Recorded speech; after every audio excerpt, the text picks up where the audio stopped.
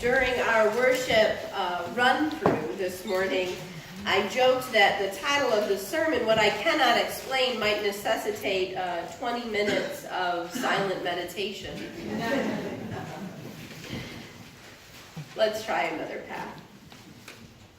When Ralph Waldo Emerson, or Waldo to his friends, addressed the students at Harvard Divinity School, he was then a Unitarian minister, having served the prominent Second Church in Boston, where I also interned. It has now merged with the First Church in Boston. Emerson had studied under the mentorship of Reverend Henry Ware Jr., known for his pastoral care and his gifts within leading a congregation. As Laura Beth shared, Emerson's father was a Unitarian minister. He'd attended Harvard Divinity School. You could say he was somewhat well embedded in the Unitarian faith. He was a typical New England Unitarian ministering in Boston, coming from a long line of Unitarians. Emerson had some experiences, though, that changed his life. His father died when he was very young, and in part, some believe that's what led him into the ministry to follow his father's footsteps. He also lost two brothers in his early 20s, and his wife died at a young age, just years after their marriage. Emerson, who was by all accounts had been a part and parcel of the New England Unitarian culture, marked by its academic leaning, stoic expressiveness, an emphasis on rationalism and role in society. Suddenly, Emerson finds himself questioning the role of the church as institution. Some say his thoughts and process become esoteric, and that he begins to seem somehow different, even aloof. Now, there's an urban legend that is told to all of the interns of the First Church in Boston about Emerson, and none of us know if it's really truthful, so it bears repeating. The story goes that Emerson, being the teaching minister, which was kind of akin to the associate minister, gets word late one night while his senior minister, Reverend Henry Ware Jr., is unavailable, that there has been a death in the congregation and that he should go and see the family. And so Emerson packs up his things and gets dressed, and off he goes into the darkness of Boston's streets. He sits down with the family after they let him in to their home, and he talks with them for nearly an hour and a half,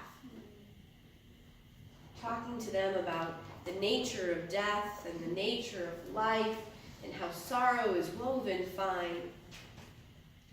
And at the end of this long engagement, the family looks at Emerson and says, "Well, Reverend, thank you so much for being here.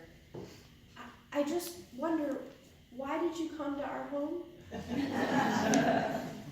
Emerson had gone to the wrong home. And he had waxed poetic for an hour and a half before realizing he was in the wrong place.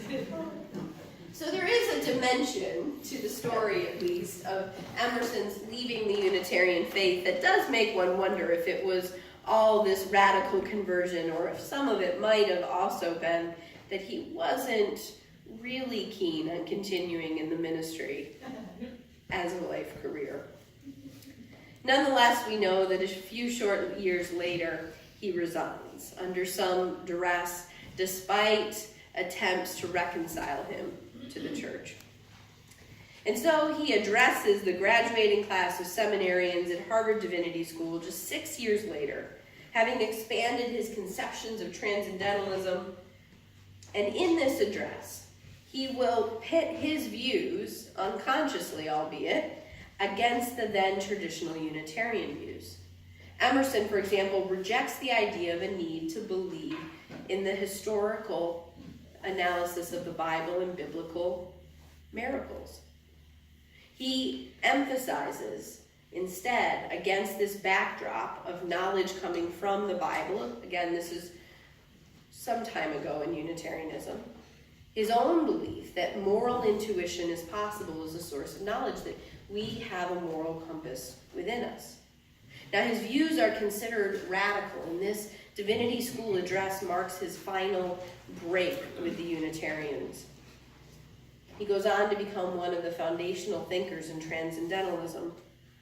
Part of this Transcendentalism will be marked by experiences in nature that lead Emerson to believe that the natural world and the experience of it and the internal moral compass within each one are their own sources of knowledge that are not being claimed and recognized in the culture that he finds himself in.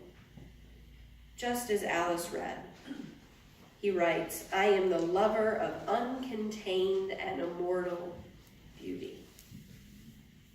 And so Emerson finds his church in the woods. Now, I would argue, while Emerson certainly didn't abandon rationalism by any means, in fact, he was called an atheist in his day, which was a slur then of most disconcerting nature. Emerson was also perhaps one of the closest strands to mysticism that Unitarianism would be connected to across its years of development. Now, the Universalists, remember, were largely country-residing evangelicals who had very emotive religious responses, think Second Great Awakening, but they didn't bend too much toward the mystical. And I would argue that it was Emerson's sense of the mystical, these strands of knowledge that he gathered from nature and from his own moral intuition, that were deeply threatening to the traditional views held within Unitarianism, and I think threatening even today to some of the ways in which Unitarian Universalism has developed. So today I want to consider a little bit sources of knowledge that are beyond the discernible word, the philosophies that we can argue, the observable, the measurable. And I acknowledge that to do so flies in the face of much of the tradition, not only that forms our faith, but particularly this congregation's theological lineage. You follow? Mm-hmm. Good. I can't hear so well out of my left ear. I have an ear infection, so I think you said yes. It looked like yes. Yes. All right, then I'll proceed. And yet, it's interesting. Unitarian Universalism hasn't yet developed a robust tradition of mysticism, but we're a young faith, still in our infancy. When you look at the world's religions, you see mysticism present in nearly every one of the world's religions. In Islam, it is often reflected in Sufism. In Christianity, you see the ecstatic experiences of the mystics like St. John of the Cross and St. Teresa. It's present in some forms of shamanism. In Judaism, it's known as what? Kabbalah. Kabbalah. In Hinduism, we find an emphasis on attaining moksha by transcending the mind and the ego and even identification with the body. Tantra. In the Sikh tradition, we find the guru emphasizing the inward eye, which echoes a bit of Emerson's transparent eye, does it not? Each of these traditions stressing that the intellect, or that which can be discerned by the mind, is not the only source of knowledge. It's not the only way of knowing. How many of you think you spend most of your time in your heads to some extent? I mean, like, we're outside New York City and Jersey, right? Like, we're really good at getting paced and being in a culture that prizes the observable, the measurable. What time is the train coming? What time are my appointments? What do I need to get done? What are the task orientations of staying on the tracks, so to speak? And so when we talk about mysticism in Unitarian Universalist congregations, and my experience is particularly in the Northeast, this usually elicits two responses within listeners. One is people who fear, I am now about to engage some deeply uncomfortable work with you, where I talk about appearances or intuition, and you're going to have to find a place to go in that head other than here for the next few minutes. The second response I often find are those who at last feel there's some space for them to talk about experiences they cannot explain, that they've been afraid to share in the congregations they call their home. Mm-hmm. I think what's important for me is that mystical knowledge may not be an experience that everyone has or has to have, but it also means that if you haven't experienced it, it doesn't mean others haven't. Does that make sense? Mm-hmm. And so the challenge in our communities becomes, how do we create space for the rational, the observable, the scientific, and for the mystical? And allow us both and all to claim experiences of truth, of wisdom, of wonder, of awe, because that's one of the core things we do in this community. It's a space to bring lament. It's a space to tell the truth of injustice in the world, as Ellen did so well this morning offering testimony. And it's a space to bring and experience the sublime and what is to be praised and awed. I once had a seminary professor describe it like this, which helped my very rational mind. He said, if you told me you've been to Australia and I've never been, and you described the experience and some things that you learned there, it would be highly strange for me to begin by refuting that Australia doesn't even exist. But you say, Australia can be verified with instruments. True. But are there not real things that cannot be verified with instrumentation or measurement? Love. How do you verify love? Or wonder? Kindness? What are the essential molecular elements of love? Are we only chemical reactions? How do you capture certain experiences you may have had in life? Can you reduce them to pure formula? Some of the few mystical experiences, and now you're like, you just said you weren't going to do this. You just said you weren't going to do this.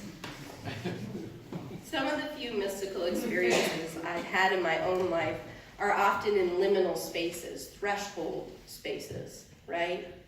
Where there's a transition. And a lot of times it's around death. Has anyone had an experience they can't quite explain around death? Do you feel like? When I was 16, I think I've shared with you, my grandmother died. And she was a stabilizing force in my life, and also just a person who gave me great spiritual sustenance. A person who helped me not only study, but learn how to love others. I learned how to love from her. She had had a long and protracted treatment for breast cancer, and she had come through it. But her death was very sudden. The chemotherapy and the treatment had weakened her heart. So she died of a heart attack. And I was in the hospital, the emergency room, while they were trying to work on her and resuscitate her, and weren't able to do so. And I remember this experience of, you have to understand, I was a very rational child. I was constantly in detention in Catholic school for asking questions. Constantly. But why? And so I find myself in this experience of pain and horror. And I remember just aching, like animal injured ache, right? When they came out into the hallway and told us she had died. And I remember shouting. I don't know what I shouted, but I was just angry because I was hurt and I didn't want this to be. And in my mind, like, she had come through this horrible disease and all of the treatment, and how could it end this way, right? And just as I was in that place of absolute lament, I had this image or vision of her filled with exuberance and joy, and skipping down the corridor of the emergency room. It was 180 degrees different from where my own emotional temperature was, right? I think those are two metaphors, but we're going to keep. Completely different and baffling. This is not what I would have conjured. My grandmother was in excruciating pain most of her life. She had multiple forms of arthritis, and from her early 30s, found daily living to be a painful endeavor. So this image had special meaning to me, to be able to see her filled with exuberance and joy and a sense of bodily freedom. And then as quick as it was there, it was gone. About a week later, I was reaching up to get something in the kitchen, and once more I was filled with this sense of absolute peace and an image of almost like energy that had a rainbow of colors and constellation. Now, in part because I was a teenager and I didn't want at all to be like my mother, who believed in aliens and still does, and spirits and the use of all sorts of energetic forces and all the things that I wanted to contrast myself against her, and talked about my grandmother as if her presence was in the room all the time. I didn't tell anyone about these experiences. They didn't fit within my belief system, and I was embarrassed and horrified that I had them. I found myself years later in a Unitarian Universalist congregation with a minister who was equally similar to me in how I saw the world. She described herself as an agnostic and was a humanist, and I felt in this community that I had found home. And yet in the midst of it all, I had had these two experiences that I didn't know what to do with, and that I felt ashamed of. I can't help but wonder if some of Emerson's own emphasis on intuition was born out of his experiences of companioning family, 2 brothers and a wife, through death. I know that death is one of the things that changes you, with or without a mystical experience. So years later, I was shocked when I was still attending that Unitarian Universalist congregation, when the minister detailed one Sunday an experience she had had which she could not explain. It was an experience of her own proximity to death. Now, she remains a strong agnostic who could explain through her understanding that it isn't quite possible yet for the human mind to conceive of and know the explanation for all manner of things. She said this makes her deeply agnostic in her worldview, that things are possible beyond her understanding, and therefore, so as not to make herself an idol or a god, she rests in the maybe. That one little phrase, resting in the maybe, gave me permission to open up. I love the Rilke poem, even though I have no employment for an anthropomorphic God. And it's why I love poetry, because it helps us rest in the maybe. I suspect it's why Rumi chose poetry so often as his medium to convey his experience of God as lover. You, sent out beyond your recall, go to the limits of your longing, embody me, flare up like a flame, and make big shadows I can move in. This is the core of resting in the maybe, knowing that we cannot recall all of our being, that our conscious brains, our explicit processing is less than 3%. And we are beings in an ongoing evolution. When we follow those longings, which is what mysticism really teaches us, following the longing like threads that come into our lives, we discover a new way of knowing. I told you that story of Parker Palmer, who shares that in the Midwest during snowstorms, there used to be a tradition when a big storm was coming in to tie a rope from the barn to the house, so that if you were out of the barn when the storm really picked up, you could use the rope to find your way back home, because people had frozen to death in storms because they couldn't find their way back to the house. I think mysticism is like this, but it's not a rope, it's a fragile thread that takes some tuning to find. And when we're on the tracks and we are in our schedules and we are bound by that chronos time, we have blinders on to those threads. To open ourselves to experiences that do not match with our externalized world that we have projected is a core practice of our faith. We are told to rise up like flames, to let our ancestors dance in the hallways and our eyes as transparent and moving, to feel the woods and allow them into our being, to let the soft animal body know the warmth of the sun without all understanding why, and to rest every now and then in the maybe. To make big shadows for the unknown to move in them. And in those shadows, to know that life emerges against the walls of our collective understanding, and in those shadows we emerge. Nearby is the country they call life, beloved. You will know it by its seriousness.